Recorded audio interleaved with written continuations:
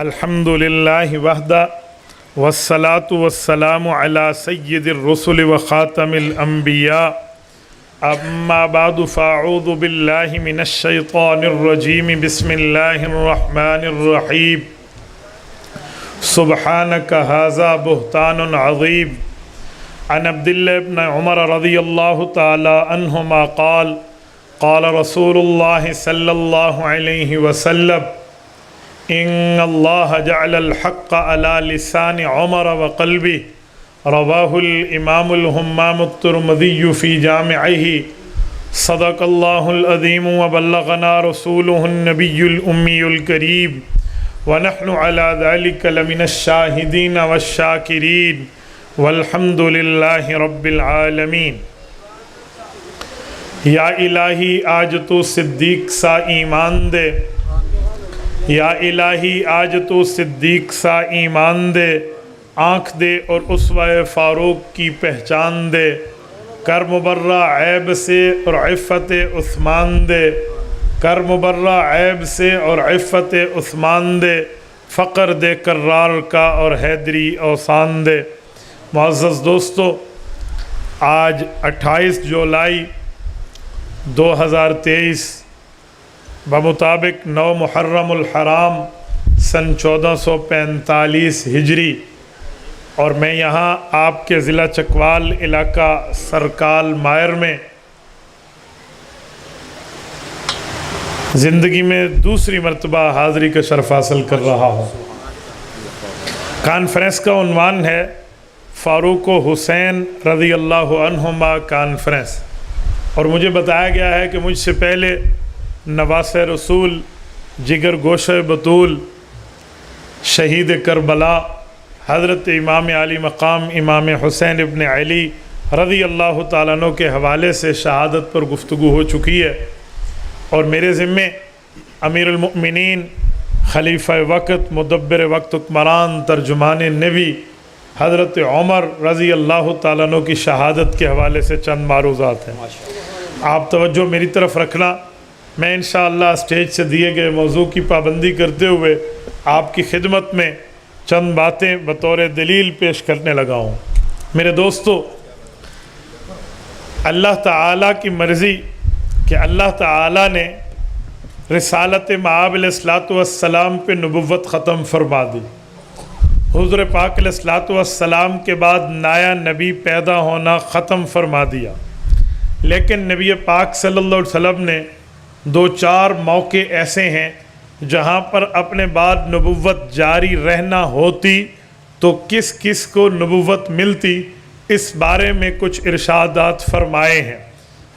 Number 1، نبی پاک صلی اللہ علیہ وسلم کے بیٹے حضرت ماریہ قبطیہ رضی اللہ تعالی عنہا کے بطن مبارک سے پیدا ہونے والے حضرت ابراہیم بن محمد، جب حضور پاک صلی اللہ علیہ وسلم کے بیٹے انتقال فرما گئے تو اللہ کے رسول صلی اللہ علیہ وسلم نے فرمایا لو عاشا لکان نبیہ، اگر اس شخص کو اللہ تعالیٰ، میرے صاحبزادے کو اللہ تعالیٰ زندگی عطا فرماتے تو یقیناً یہ ایک نبی ہوتا۔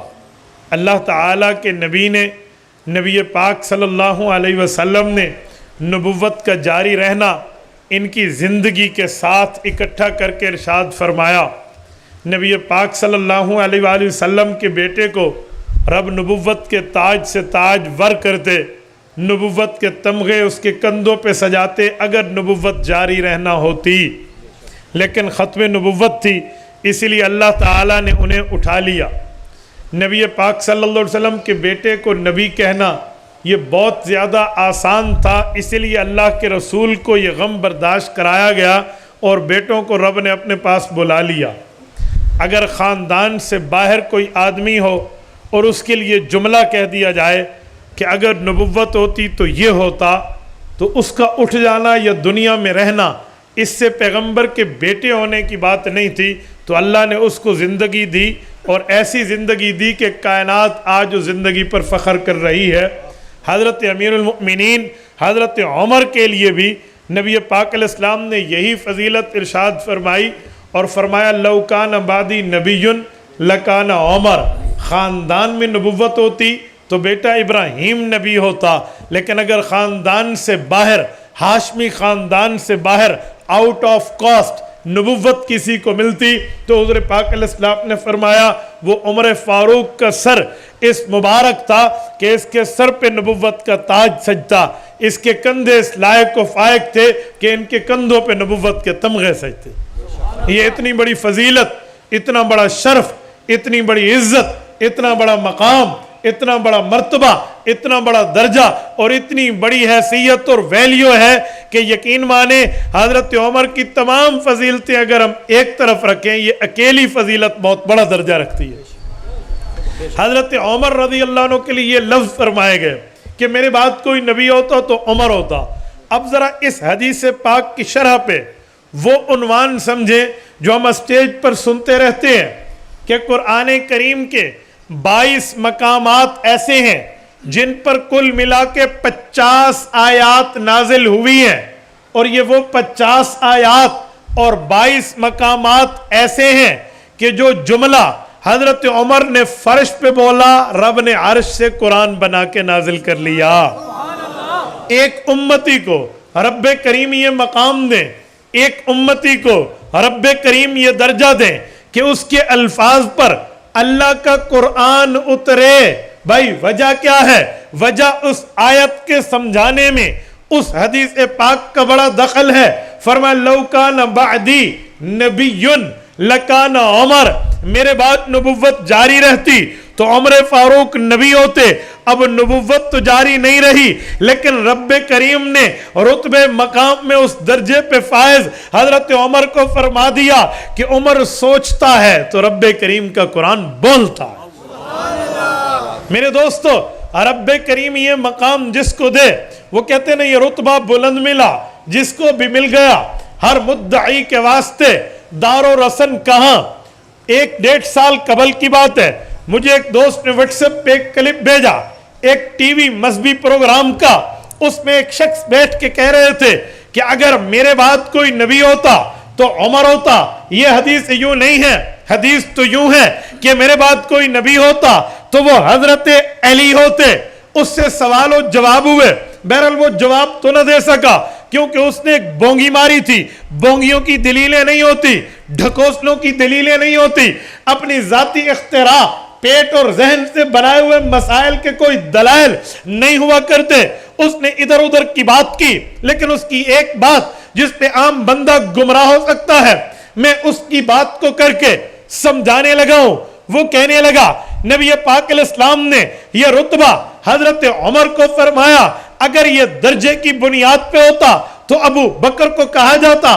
پتہ چلا یہ درجے کی بنیاد پہ نہیں ہے، ورنہ اہل سنت میں تو حضرت ابو بکر پہلے نمبر پہ ہیں۔ تو اہل سنت یہ حدیث چاہیے تھا کہ یہ ابو بکر کے لیے بتا دیتے کہ میرے بعد کوئی نبی ہوتا تو ابو بکر ہوتے، لیکن اہل سنت یہ نہیں کہتے۔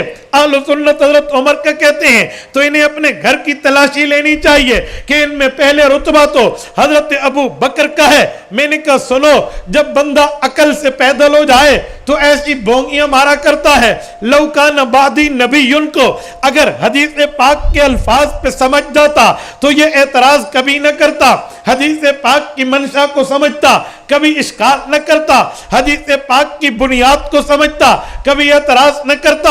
اور خدا کے بندے، میں اس کے 2 جواب آسانی سے سمجھانے لگا ہوں۔ دیکھو رب کریم فرماتے ہیں وَهَدَيْنَاهُ النَّجْدَيْنِ، ہم نے 2 راستے دکھائے ہیں۔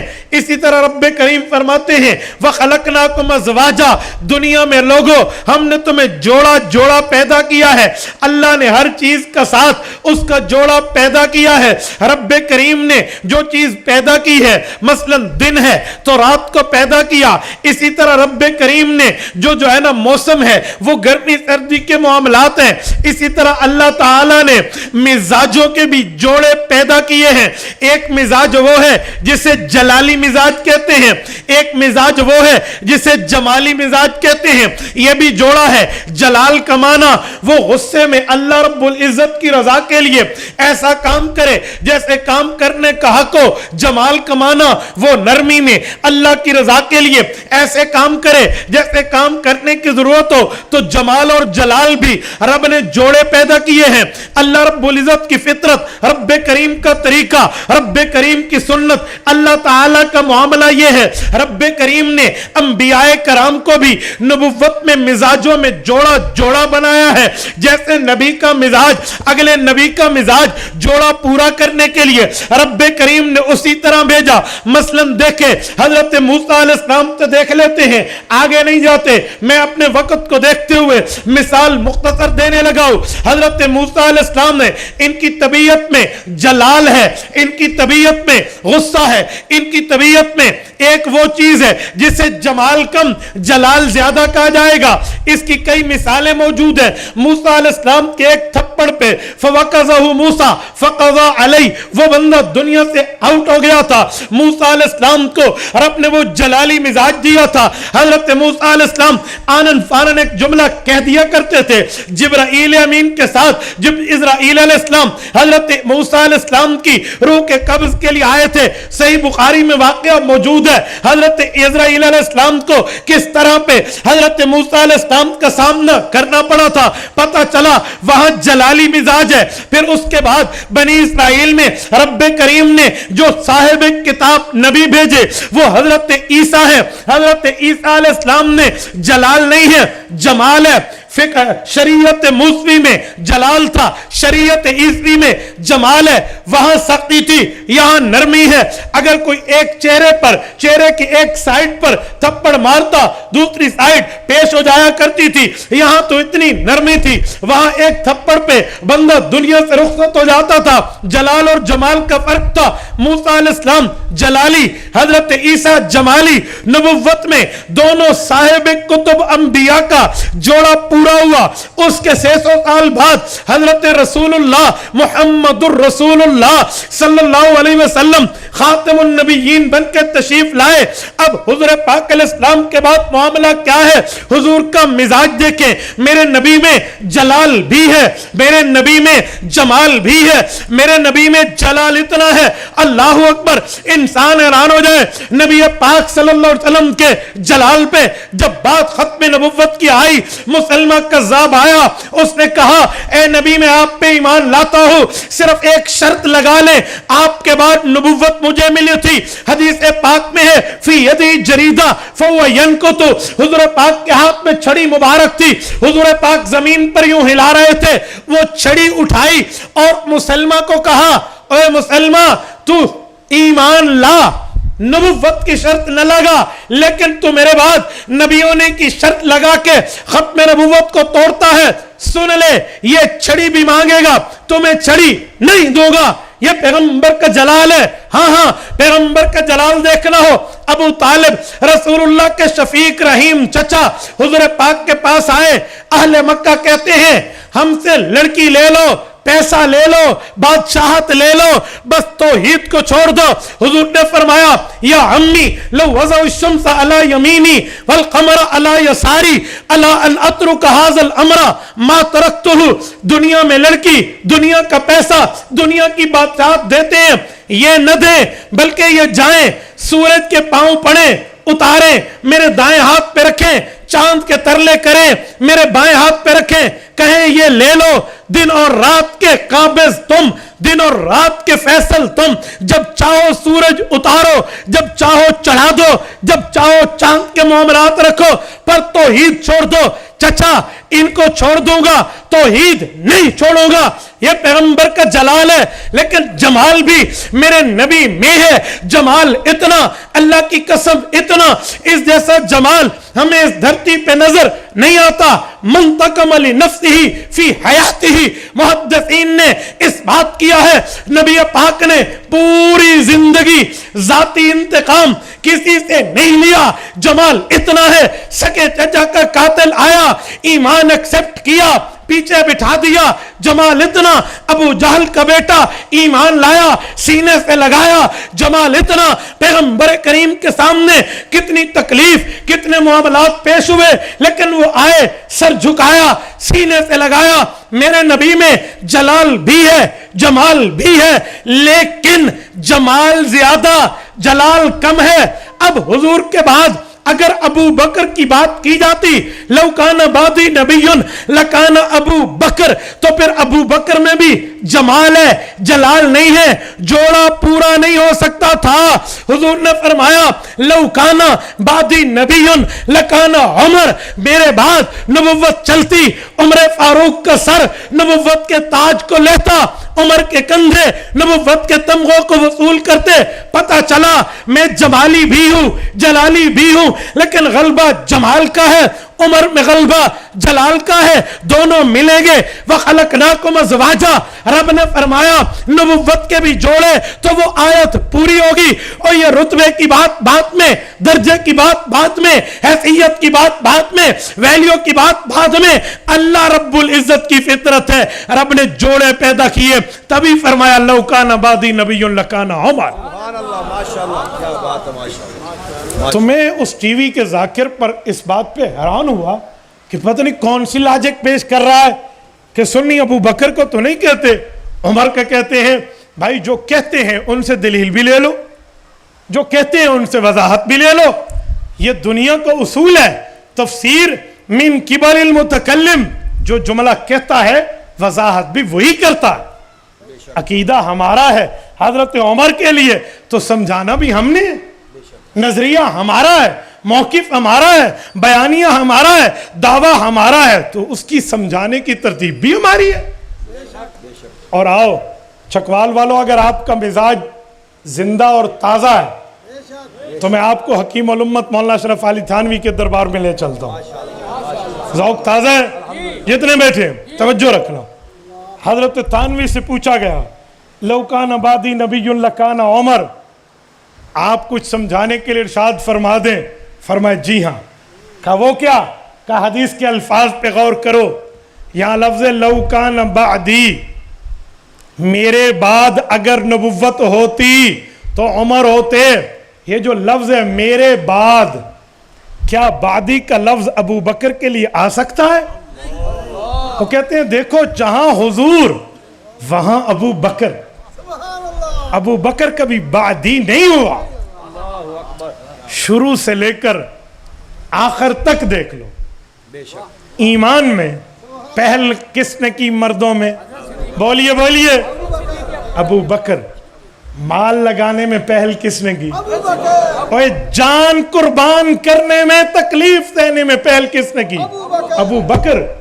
حضرت ام الخیر ان کی والدہ فرماتی ہیں پہلی مرتبہ جب انہوں نے بلند آواز سے خانہ کعبہ کے صحن میں قرآن پڑھا, ظالموں نے اتنا مارا, اتنا مارا, اتنا مارا کہ سر میں کنگا کرنے کے لیے کنگھی ڈالتے تو بال اکھڑ کے آ جاتے تھے. پہلے پہلے جان کو کس نے پیش کیا؟ آگے آئیے. اور اس کے بعد گھر آئے مہمان کی قدر ابو بکر کتنی کرتے ہیں؟ نہیں سمجھے. ہجرت کی رات ابو بکر حضور کے پاس آئے تھے یا حضور ابو بکر کے پاس گئے؟ بولیے بولیے. گھر آیا مہمان ہوئے نا اللہ کے رسول. یار آپ بولتے نہیں ہیں, گھر آیا مہمان ہے یا نہیں ہے؟ تو ابو بکر نے کتنی قدر کی, اپنی پگڑی بھی اتاری, وہ بھی سوراخوں میں بند کر دی, قمیض بھی اتاری, وہ بھی سوراخوں میں بند کر دی, جو آخری بچا اس پر ایڑی رکھ لی. گھر آئے مہمان کی قدر ہے. اور حضور کے ساتھ مدینہ گیا ہے, واپس آج تک مکہ رہنے نہیں آیا. جس روزے سے حضور آئیں گے اسی روزے سے قیامت میں ابو بکر آئیں گے. وہ جو حضور کے ساتھ گیا تو گیا ہے. یہ ہے گھر ہے مہمان کی قدر. اور ظالم تو اس پہ بولے گا, تم کوفیوں نے تو حضرت حسین کو گھر آنے کے لیے مہمان بنانے کے لیے خط لکھے تھے, اور ظالموں تم نے قدر کون سی کی ہے؟ نہیں, ان ظالموں نے بلایا تھا نا, حسین آئیے ہمارے پاس آئیے, ہم آپ کی مدد, آپ کی نصرت, آپ کے ساتھ رہیں گے, آپ ہمیں دین سمجھانا. حضرت حسین آئے نہیں تھے, بلائے گئے تھے. اور ظالموں ایک ابن زیاد نے تلوار دکھائی, جن ہاتھوں نے قلم پکڑ کے خط لکھے تھے حسین کو, انہی ہاتھوں میں تلواریں تم نے اٹھا لی تھی. اور تم نے گھر آئے مہمان کی قدر کیا کی، اور ابو بکر نے گھر آئے مہمان کی قدر کیا کی۔ شام صدیق اکبر شار غار سیدنا صدیق اکبر شان فاروق اعظم اولاد رسول سیدنا فاروق اعظم خلافت راستہ خلافت راستہ۔ میں نے کہا سنو، ابو بکر نے جان بھی پیش کی، مال بھی پیش کیا، اور اپنا لخت جگر بھی پیش کیا، اما عائشہ سب کچھ دیا، اور ابو بکر وہاں گئے۔ تو ابو بکر کے لیے تو بعدی آتا ہی نہیں ہے، جہاں حضور وہاں ابو بکر۔ نبی پاک علیہ الصلوۃ والسلام نے ہجرت کی، ابو بکر ساتھ، نبی پاک مکہ میں ابو بکر ساتھ، حضور مدینہ میں ابو بکر ساتھ، نبی غار میں ابو بکر ساتھ، نبی مزار میں ابو بکر ساتھ۔ اس کے لیے تو بعدی ہے ہی نہیں، جہاں نبی وہاں صدیق۔ بلکہ اس پر ایک جملہ مزید کہوں، استاد ذی مکرم حضرت علامہ علی شرح حیدری شہید رحمہ اللہ ایک جملہ فرماتے تھے، وہ فرمایا کرتے تھے پیغمبر کی دو کیفیتیں ہیں، یا جلوت ہے یا خلوت ہے۔ جلوت سب کے سامنے ہوتی ہے، خلوت گھر میں ہوتی ہے۔ تو کہتے ہیں جلوت میں صدیق، خلوت میں صدیقہ۔ ابو بکر کے لیے تو بعدی ہے ہی نہیں، تو جہاں حضور وہاں ابو بکر۔ نبی کے 27 غزوات ہیں، تو جہاں حضور ہر جنگ میں ابو بکر ساتھ ہے۔ ایسا نہیں ہے کہ اس جنگ میں ساتھ جائیں اس میں نہ جائیں۔ کئی صحابہ کرام کے بارے میں آتا ہے کہ نبی پاک علیہ السلام انہیں جنگ میں ساتھ نہیں لے گئے، کسی اور کام میں رکھ دیا۔ مثلا جنگ بدر، حضرت عثمان کو فرمایا آپ گھر والی کی تیمارداری کریں، امیر کے حکم میں رہ گئے، لیکن بدری صحابہ کا حصہ دیا آ کر۔ جنگ تبوک، حضرت علی المرتضیٰ کو ساتھ نہیں لے گئے، فرمایا علی آپ یہاں رہیں، میں تبوک میں جا رہا ہوں، آپ اور میں ایسے ہیں جیسے حضرت موسیٰ کے لیے حضرت ہارون۔ حضرت علی کا بھی مقام ہے، لیکن ابو بکر ہر موقع پہ حضور کے ساتھ، یہ پیچھے نہیں ہے۔ تو حکیم الامت مولانا اشرف علی تھانوی فرماتے ہیں کہ لکانا ابو بکر سے پہلے لو کانا بعدی آ ہی نہیں سکتا، تبھی فرمایا عمر۔ ابو بکر تو ہر جگہ حضور کے ساتھ ہے۔ تو میں بات کر رہا تھا کہ حضرت ابو بکر رضی اللہ عنہ وہ رتبہ اور مقام رکھتے ہیں کہ حضور پاک کے بعد سب سے بڑا رتبہ، لیکن جو نبوت کا مقام حضور کے بعد اگر ملتا تو وہ عمر کو ملتا کہ جوڑا بھی برقرار رہے اور بعدی والا معاملہ بھی رہے۔ میرے دوستو، حضرت عمر کے لیے اور مقام تو چھوڑیے، اور مرتبے تو چھوڑیے، میں ایک جملہ آپ کی خدمت میں سمجھانے لگا ہوں۔ بعض اوقات نبی عبادت کر رہا ہو اور عمر کے دل میں یہ خیال آئے کہ پیغمبر کی عبادت یہاں تھوڑی سی زیادہ ہو تاکہ امت بھی یہ عبادت کرے، تو اللہ تعالیٰ نبی پر بھی وہ عبادت کرنے کا حکم اتار دیتے ہیں۔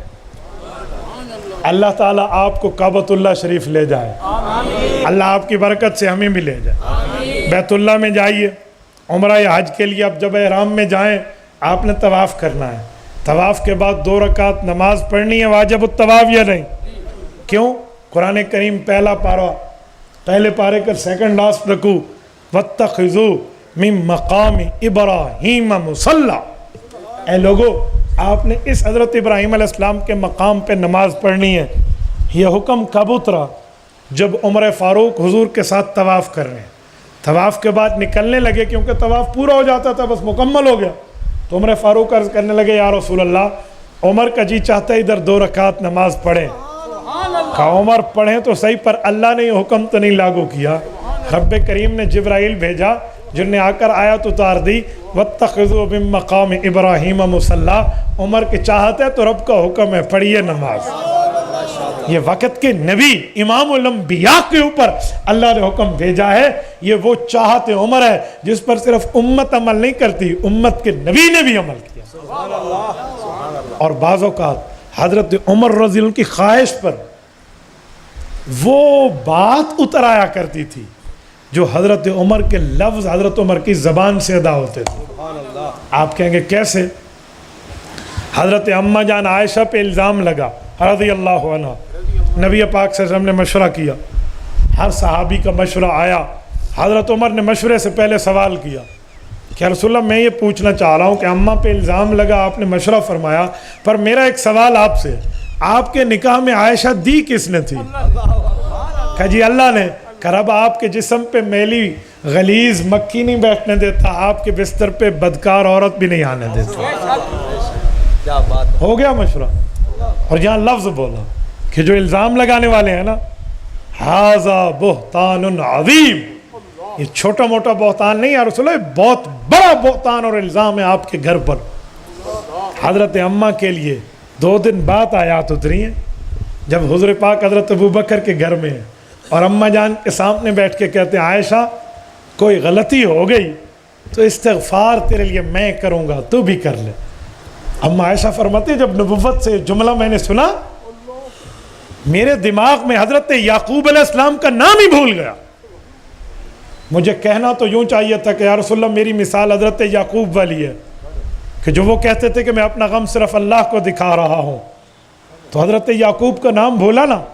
اماں اس غم میں کہنے لگی یا رسول اللہ میری مثال تو حضرت یوسف کے ابا والی ہے، کہ میرا غم تو اللہ جانتے ہیں جو جھوٹ بول رہے ہیں۔ بس فوراً اوپر سے آیات اتری ہیں، الخبیثات للخبیثین، الزام لگانے والوں کی حیثیت رب نے بتائی، ان کی نیت بتائی، اور آگے وہی لفظ جو عمر نے مشورے میں بولا تھا وہی اتار دیا، سبحانک ھذا بہتان عظیم۔ جو اس پہ فرش پہ بولا وہی عرش سے لفظ اترے۔ اور میرے دوستو یہ تو سوچ اور لفظ کی بات تھی نا، اگر عمر خواب دیکھے نا رب کریم تب بھی وہی حکم اللہ اس کی چاہت پہ لاگو کر دیتے ہیں۔ آپ کہیں گے خواب پہ کیسے؟ شرح معانی الاثار سنن طحاوی اٹھائیے، امام ابو جعفر طحاوی رحمہ اللہ بہت بڑے محدث، المتوفی 321 ہجری، ایک حدیث پاک لائے ہیں۔ نبی پاک علیہ السلام نے مشورہ کیا کہ نماز کے لیے لوگوں کو کیسے بلائیں، کیسے بتائیں کہ اے لوگوں آؤ نماز کے لیے آؤ۔ ابھی تک اذان کا حکم لاگو آیا نہیں تھا، مشورہ شروع ہو گیا۔ کسی نے کہا جی ناقوس بجایا جائے، کسی نے کہا نغارہ بجایا جائے، کسی نے مشورہ دیا آگ لگائی جائے۔ تو ناقوس والے کے جواب میں آیا کہ یار کوئی خود بجا دے اپنے گھر سے، لوگ سمجھیں گے یہ تو بلا لیا گیا ہے۔ آگ جلائیں تو کبھی بارش ہو تب تو آگ نہیں جل پائے گی۔ مشورے چل رہے، مشورہ کسی نتیجے پہ نہ پہنچا، سارے صحابہ اٹھ گئے، نبی پاک بھی گھر مبارک میں تشریف لے گئے، حضرت عمر بھی گھر میں گئے۔ 2 صحابہ نے ایک وقت میں ایک جیسا خواب دیکھا، عبداللہ ابن زید ابن عبد ربہ رضی اللہ عنہ، عمر فاروق رضی اللہ عنہ۔ حضرت عمر کے بارے میں آتا ہے خواب دیکھا یجر رداءہ، ابھی اپنی چادر سنبھالی اور ایسے اپنے کپڑے ٹھیک کرتے ہوئے بھاگتے حضور کے پاس آئے۔ کہا کیا ہوا عمر؟ کہا میں نے خواب دیکھا۔ کیا دیکھا؟ کہا ایک فرشتہ کھڑے ہو کے ہمیں کہتا ہے تم مشورہ کر رہے ہو نا کہ نماز کی اطلاع کیسے کرو، تو میں تمہیں اذان سکھلاتا ہوں۔ میں نے فرشتے سے کہا بتاؤ، اس نے ایسے کھڑے ہو کے کہا اللہ اکبر اللہ اکبر اللہ اکبر او لا الہ الا اللہ تک پڑھ دیا۔ کہ وہ فرشتہ یہ الفاظ کہہ رہا تھا خواب میں، مجھے یاد ہو گیا، میں آپ کو بتانے کے لیے آ گیا۔ حضرت عمر نے خواب سنایا، عبداللہ ابن زید ابن عبد ربی نے خواب سنایا، آپ نے یہی خواب دیکھا۔ حضور پاک نے پوچھا کس کی آواز سب سے اونچی ہے؟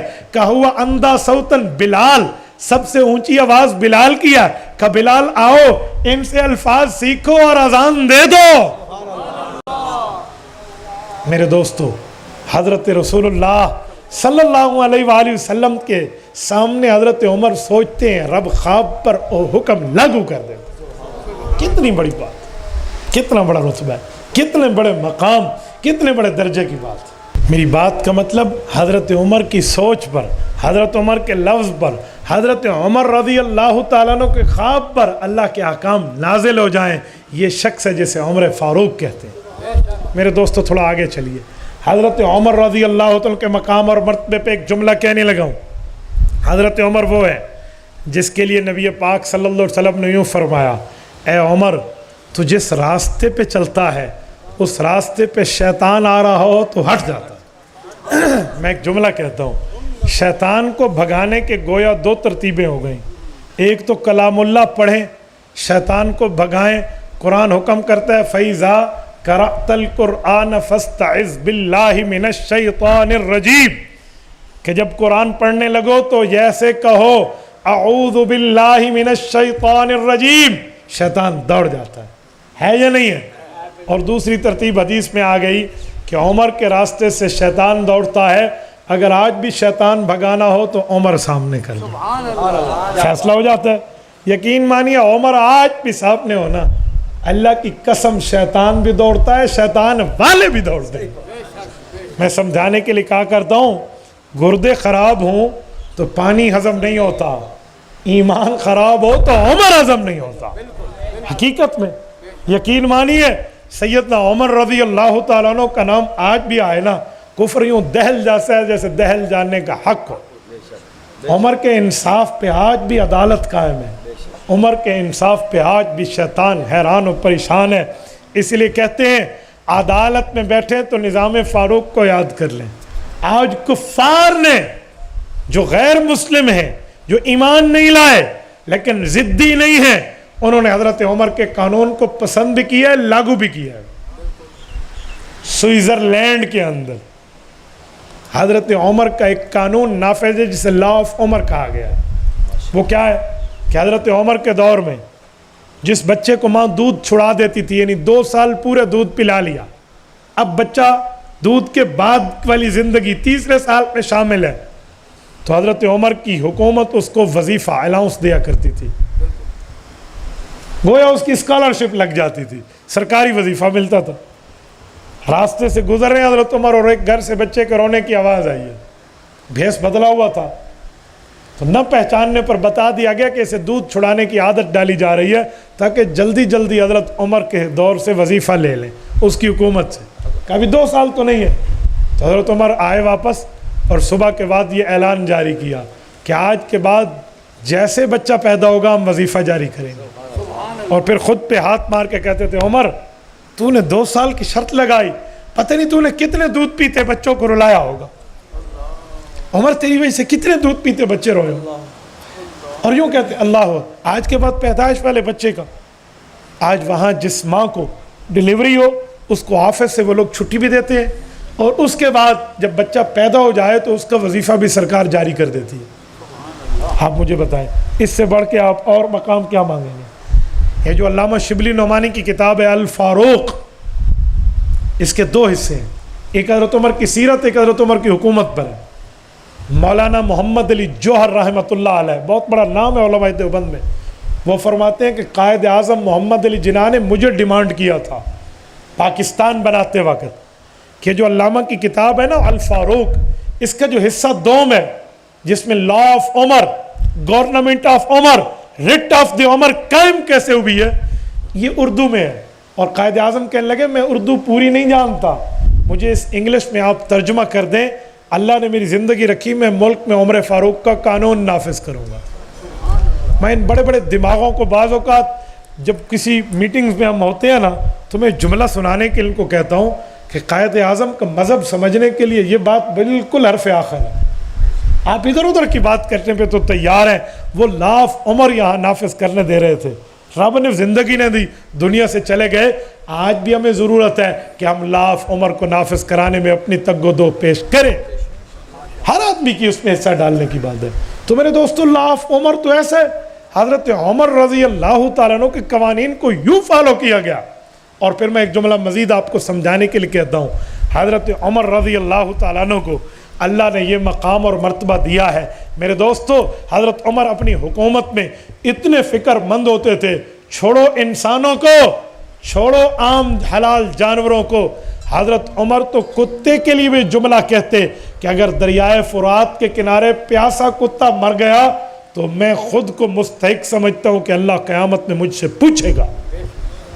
جس کو اپنے ملک کے یوں جانوروں کی فکر ہو، مجھے بتائیں اس شخص سے آپ کیسے تصور کر سکتے ہیں کہ وہ نبی پاک صلی اللہ علیہ وآلہ وسلم کے دین کے بارے میں نعوذ باللہ مخلص نہ ہو؟ ہمارے بڑے بوڑھے بزرگ ہم بتاتے تھے کہ جب گھر کی اونچی منزل بنا لو تو اوپر کچھ کھانے پینے کے لیے کوئی گندم کے دالے کوئی دانے، کوئی باجرے کے دانے یہ بھی رکھ لو، اوپر کچھ پیالی سی بنا لو، پانی ڈال دو تاکہ پرندہ گزرتے ہوئے آئے گا، یہاں کھائے گا بھی اور پیے گا بھی۔ یہ باتیں تو وہیں سے چلی ہیں۔ آج کسی کو دو طاقت کے جو ہے نا دن نہ مل جائیں حکومت میں، وہ اپنے مسلمان بھائی، اپنے انسان، اپنی رعایا، اپنے ووٹر و سپورٹر کو بھول جاتا ہے۔ عمر تو وہ ہے جو مخلوقات میں کتوں کا بھی خیال کر کے حکومت کر رہا ہے۔ حضرت عمر کی جب حکومت قائم ہوئی تو صحابہ اور اہل بیت کو بٹھایا اور ان سب کو فرمایا کہ مجھے بتاؤ میں کون سا ایسا جملہ اپنے سامنے لکھوا کے ٹھہرا دوں تاکہ جب فیصلہ کرنے لگوں، کوئی ڈیسیجن لینے لگوں، اس کو دیکھوں تو نا انصافی پہ میں ابھر نہ سکوں، میں انصاف کروں۔ تو سب کے مشورے سے ایک جملہ لکھوایا گیا جسے حضرت عمر نے اپنی انگوٹھی میں کندہ کرایا تھا، کفا بالموت واعظا، عمر موت اور قبر کو یاد کر لو، اس سے بڑھ کے نصیحت والی چیز اور نہیں ہے۔ اور آج ہمارا حال کیا ہے؟ کسی کو کہو نا آپ نے مر جانا ہے، یار موت کی فکر کر، او ہو آپ ڈرانے کی باتیں کرتے ہیں، او ہو آپ ہمیں پریشانی میں ڈالنے کی باتیں کرتے ہیں، آپ ہمیں ٹینشن دیتے ہیں۔ کوئی کہے گا بچوں میں یہ نہ کہے، کوئی کہے گا خواتین میں نہ کہو، کوئی کہے گا نہیں فلاں میں نہ کہو، کوئی کہے گا نہیں ابھی کوئی عمر ہے ہماری مرنے کی۔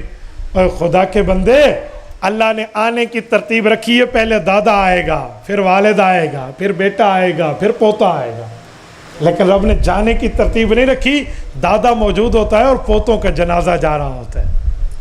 میں نے کئی جنازے ایسے پڑھائے ہیں جہاں پوتے کا جنازہ پڑھانے کے لیے میں بلایا گیا اور دادا اور والد وہاں موجود ہیں۔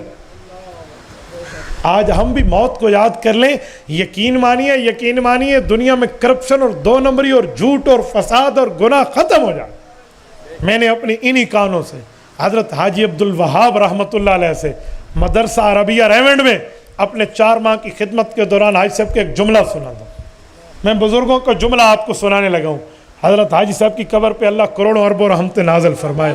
حضرت حاجی صاحب فرمانے لگے کہ ہمارے بزرگوں نے ایک تجربہ بتایا ہے کہ جو دن میں 25 مرتبہ موت کو یاد کرتے ہیں کہ بھائی میں نے مر جانا ہے، فرمایا اللہ تعالیٰ اسے بہت بڑے رتبے والی موت عطا فرماتے ہیں اور اسے ہدایت یافتہ بنا کے موت دیتے ہیں۔ پھر حضرت حاجی صاحب کی یہ بات سمجھانے کے لیے میں لوگوں کو کہا کرتا ہوں کہ 25 مرتبہ اکٹھا یاد کرو، ہو سکتا ہے تم شام تک بھلا بیٹھو، اور پھر کوئی گناہ ہو تو پھر آسان ترتیب ہے، دن میں 5 نمازیں پڑھنی ہیں، ہر نماز کے وقت 5 مرتبہ ایک نماز سے دوسری نماز کے درمیان ہم یاد کر لیں موت کو تو 5 5 25 بنتے ہیں، تو 25 مرتبہ موت کو یاد کرنا ایک دن میں پورا ہو جائے گا۔ تو بڑی آسانی سے ہم کر سکتے ہیں، اگر ہم یوں یاد کریں تو ہمیں آخرت سامنے ہوگی۔ تو میرے دوستو، حضرت عمر جیسا بندہ اپنے سامنے موت کو لکھوا کے بیٹھا ہے، حالانکہ عمر وہ ہے جس کا جنت میں حضور نے اپنی آنکھوں سے گھر دیکھا تھا، اپنی آنکھوں سے نبی پاک نے گھر دیکھا اور فرمایا عمر میں نے معراج میں جنت میں جاتے ہوئے آپ کے گھر کو دیکھا اور بہت خوبصورت گھر تھا، میرا جی چاہا کہ میں تیرے گھر میں جاؤں، لیکن وہاں آپ کی اہلیہ موجود تھی، مجھے آپ کی غیرت اسلامی یاد آئی، میں آپ کے گھر نہیں گیا۔ حضرت عمر عرض کرنے لگے یا رسول اللہ غیرت اپنی جگہ لیکن نبی پہ غیرت کیسی؟ میرے دوستو، حضرت عمر کا گھر حضور دیکھ کے آئے ہیں، ہمیں کوئی اللہ والا ایک جملہ کہہ دے ہم اس کے قدردان ہیں۔ عمر کی تو گھر میں زیارت حضور نے جنت میں کی ہے، لیکن عمر کو پھر بھی اپنی آخرت کی فکر ہے۔ حضرت سفیان ثوری رحمۃ اللہ علیہ کے قول میں نے پڑھا ہے، وہ فرماتے ہیں کہ امام حسن بصری نے بتایا کہ میں نے 500 صحابہ سے ملاقات کی ہے، 500 صحابہ سے، بہت بڑے تابعی ہیں، المتوفی 110 ہجری، جب صحابہ کا زمانہ ختم ہو رہا تھا اسی سال فوت ہوئے ہیں۔ فرمایا ہر صحابی کو میں نے اپنی آخرت اور موت اور قبر کو یاد رکھتے ہوئے پایا ہے۔ میرے دوستو، آج سیرت عمر کے اس جلسے میں اگر ہم اسی سبق کو بھی یاد کر کے لے جائیں کہ ہم بھی عمر فاروق کی سیرت سننے گئے تھے اور عمر نے اپنے سامنے کفا بالموت واعظا یا عمر لکھوایا تھا کہ اے عمر موت سے بڑھ کے نصیحت پکڑنے والی اور چیز کوئی نہیں ہے، ہم بھی اپنے سامنے ایک نماز سے دوسری نماز کے درمیان کوئی 5-6 مرتبہ موت کو یاد کر لیں، غلطی ہو رہی ہو موت کو یاد کر لیں، کوئی جھوٹ بولنے کا وقت ہو موت کو یاد کر لیں، جھوٹی گواہی کا معاملہ ہو موت کو یاد کر لیں، کوئی کرپشن اور ڈاکے کی بات ہو موت کو یاد کر لیں، کسی معاملے میں رب کی نافرمانی، نبوت کی نافرمانی، اتباع عمر میں موت کو یاد کر لیں، اللہ ہمارا حشر بھی حضرت عمر فاروق کے قدموں میں کرے گا۔ میرے دوستو، میں بات کر رہا تھا حضرت عمر رضی اللہ تعالیٰ عنہ کے عنوان پہ، میں توجہ دلانے کے لیے ایک بات کہتا ہوں، حضرت عمر رضی اللہ عنہ وہ شخص ہے جس شخصیت کو رب کریم نے اتنا مقام اور مرتبہ اس تقوی طہارت کی ترتیب پہ عطا فرمایا تھا، اور عمر فاروق رضی اللہ عنہ کے فیصلے وہ ہیں جس کو آج دنیا میں کہا جاتا ہے کہ دنیائے عدالت میں تیرا نام رہے گا، دنیائے عدالت میں تیرا نام رہے گا، فاروق تیرے نام سے اسلام رہے گا۔ اور میرے دوستو، رب کریم نے حضرت عمر کو جب دنیا سے رخصت کرایا تو حضرت عمر نے 2 دعائیں مانگی، رب نے 4 قبول کی۔ زبان پہ 2 تھی، دل میں 2 اور تھی، مانگی 2، رب نے دل والی بھی 2 قبول کر لی۔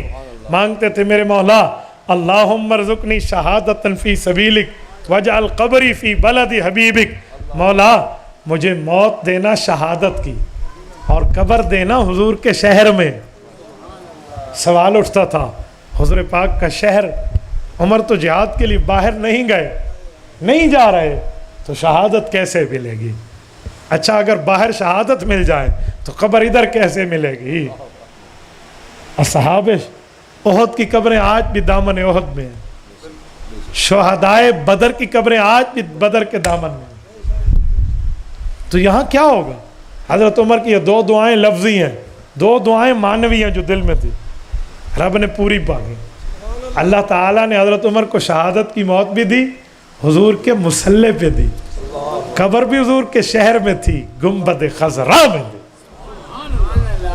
شان فاروق اعظم، عدالت فاروق اعظم، عظمت فاروق اعظم، مقام فاروق اعظم، مراد علی مراد رسول سیدنا فاروق اعظم، خلافت راشدہ، جزاکم اللہ، جزاکم اللہ، جزاکم۔ حضرت عمر رضی اللہ تعالیٰ عنہ کو 1 محرم کی شہادت ہے، 27 ذوالحجہ کو ضرب لگتی ہے، 28 29 حضرت عمر یہ 3 دن بیمار رہتے ہیں، 1 کو دنیا سے رخصت ہوتے ہیں۔ حضرت عمر رضی اللہ عنہ 1 محرم سن 24 ہجری اس گنبد خضرا کے مکین بنتے ہیں، اور گنبد خضرا میں حضرت عمر کی قبر ہے۔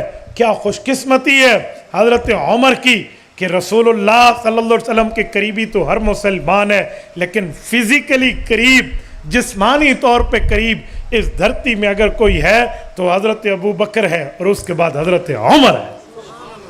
آج بھی روضہ پاک میں ان کی قبر ہے۔ میرے دوستو، اس سے بڑھ کے اور کیا ہوگا؟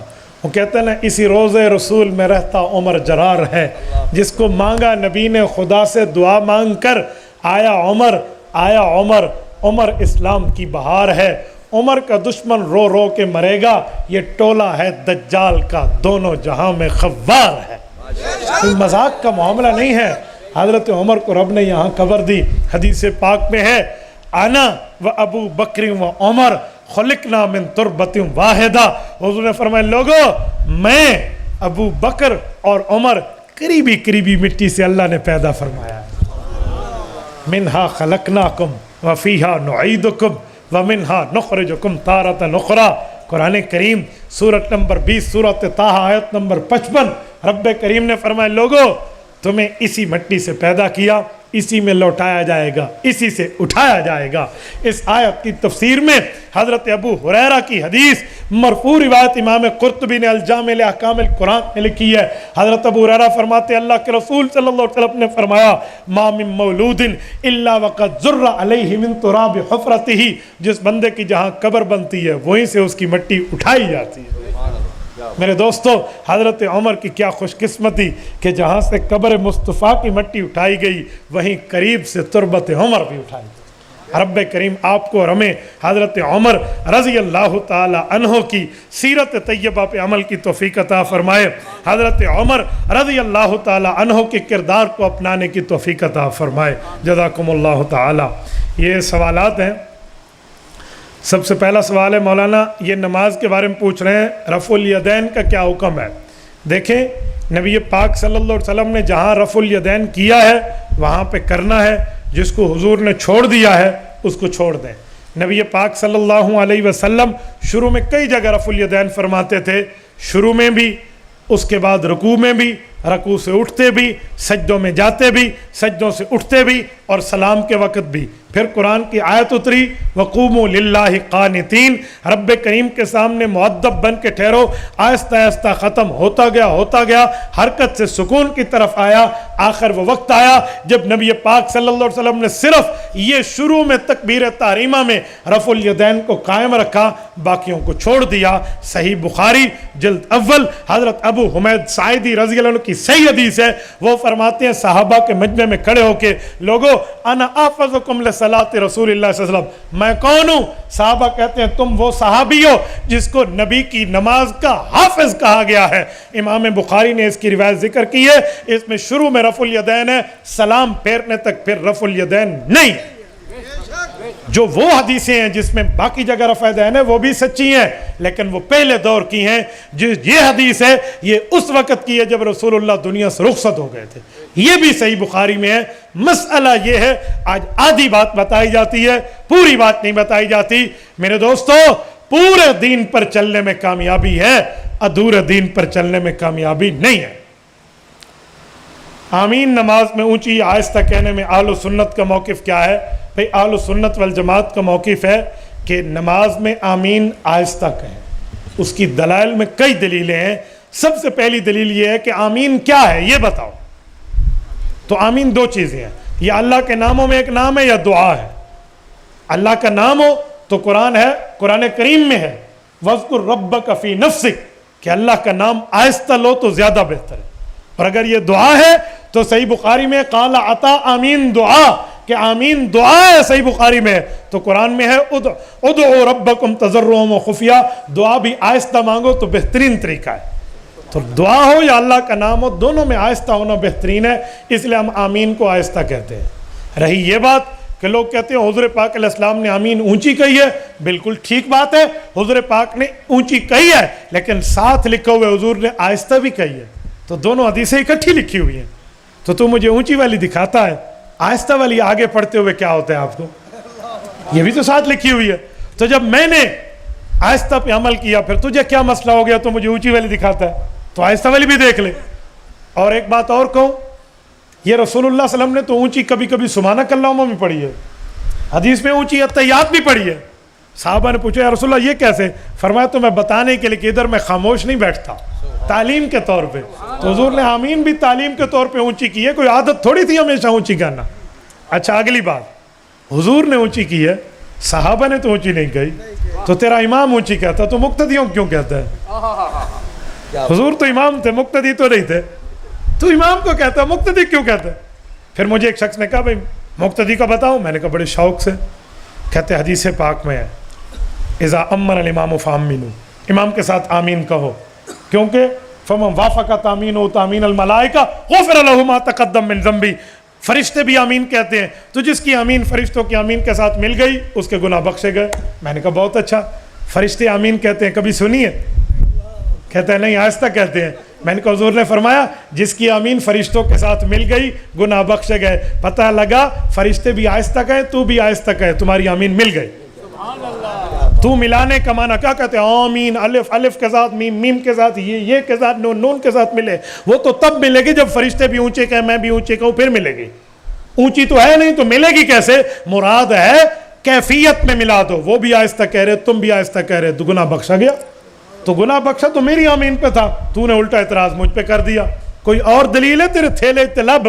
کہتے ہیں ایک اور ہے۔ میں نے کہا سنائیں، صحیح بخاری میں ہے امن ابن زبیر ومن معہ فان للمسجد لجتن، حضرت عبداللہ بن زبیر نے آمین کہی، پورے مجمع نے آمین کہی، مسجد گونج اٹھی۔ میں نے کہا بہت اچھا۔ دو جواب، پہلا جواب یہ ہے کہ ہمیں تو کہتا تھا حضور نے اونچی کہی ہے، صحابہ کی بات تو نے نہیں ماننی، صحابہ کی مانتا تو حضرت عثمان سے جمعے کی دوسری اذان مان لیتا، صحابہ سے مانتا تو حضرت عمر سے 3 طلاق مان لیتا، صحابہ سے مانتا تو 20 رکعت تراویح کی مان لیتا۔ چلو تجھے وہ نہ ملا، یہ ملا، میں اس کا جواب بھی دیتا ہوں۔ عبداللہ بن زبیر نے آمین کہی, سب نے بھی آمین کہی, مسجد گونج اٹھی. اس میں نماز کا لفظ کہاں ہے؟ حقیقت میں اس میں نماز کا لفظ ہی نہیں ہے حدیث میں. یہ تو ہے دعا والی آمین. دیکھو توجہ رکھنا چکوال کے دوستوں, میں دعا کرنے لگا ہوں, اللہ تم سب کو مدینہ لے جائے. دیکھو مسجد گونج اٹھی, اس میں نماز کہاں ہے؟ وہ تو دعا والی آمین تھی چاچے, تو نے خالی حدیث دکھائی ہے پھر بات آدھی. میں نے کہا حضرت جی مولانا جمشید صاحب رحمہ اللہ رحمت والے فرماتے تھے پورے دین پر چلنے میں کامیابی ہے, ادھورے دین پہ نہیں ہے. بابا پوری روایتیں مان, ادھوری کہاں لے آیا؟ ایسے پتہ نہیں پوری ترتیبیں اٹھا کے ہمیں آمین آمین کا مسئلہ بتاتے ہیں. حضرت مفتی صاحب السلام علیکم ورحمۃ اللہ, تعزیت کے وقت فاتح شریف پڑھنا قرآن و سنت کی نظر میں کیسا ہے ذرا یہ بتائیے. ورک الٹی ہے, اچھا ماشاءاللہ پیٹی ہو. ہاں آذان کے وقت ذکر کرنا کیسا ہے, قرآن زبانی پڑھ سکتے ہیں یا نہیں؟ دیکھیں سب سے پہلی بات کہ تعزیت کے وقت سورۃ الفاتحہ پڑھ دیں, اس کو لازمی نہ سمجھیں. آپ چاہیں تو پڑھ لیں, بہت اچھی بات ہے, سورۃ الفاتحہ کا ثواب ہے. لیکن کوئی کہے گا بس سورۃ الفاتحہ پڑھیں تو ثواب ہے, باقی کچھ پڑھیں تو نہیں ہے, تو یہ بات غلط ہے. تعزیت میں نبی پاک علیہ السلام سے مختلف الفاظ مروی ہیں, مثلا اعظم اللہ اجرک اور احسن عزاءک, غفر لمیتک, اللہ تیرے بندے کو بخشے, اللہ تجھے صبر جمیل عطا فرمائے, اللہ تجھے اس غم کے بدلے میں اللہ تعالیٰ تجھے اجر دے. یہ باتیں ثابت ہیں. یہ بھی کہتے ہیں تو بھی تعزیت ہے. سورۃ فاتحہ اس بندے کے لیے پڑھ کے پھونک دیں, اس کے لیے اللہ پاک کو ثواب بھجوا دیں کہ اللہ آپ اس کو دے دیں, تب بھی ٹھیک ہے. اس کے اوپر اس طرح نہیں ہے جیسے ہم سختی کر لیتے ہیں. آذان کے وقت ذکر کرنا, آذان کے وقت آذان کا جواب دینا چاہیے, کوئی اور ذکر, بلکہ علماء نے تو لکھا ہے تلاوت کر رہے ہو تو وہ بھی بند کر دو. ہاں دینی گفتگو وہ آپ جاری رکھ سکتے ہیں, لیکن میں تو دینی گفتگو بند کرنے کا بھی قائل ہوں. ابھی اذان ہوئی نا, میں نے آپ کے سامنے خاموشی اختیار کی صرف اس وجہ سے کہ دینی گفتگو جائز تو ہے, پر یہ ہر بندے کو مسئلہ پتہ نہیں ہے. تو کوئی اٹھ کے کہہ دے بھائی عرفان صاحب کو اے مفتی بلایا سی, اذان دا مسئلہ سنے دے ہوئے اذان لے چپ نہیں کی تھی. آپ پورا سال جواب دیتے رہیں گے, اگلے سال آؤں گا تو پھر پرچی آئے گی وارک الٹی ہے, ٹھیک ہے. تو اس لیے میں نے کہا چپ کرو تو پھر بہتر ہے. تو میرے دوستو اس لیے تو اذان کے وقت تلاوت بھی منع ہو جاتی ہے, کیونکہ ایک عبادت ہے, اس کا جواب دے, یہ ٹھیک ہے. کوئی اور معاملات میں آپ نے لگے. جزاکم اللہ تعالی. اقول قولی ھذا واستغفر اللہ وآخر دعوانا ان الحمد للہ رب العالمین.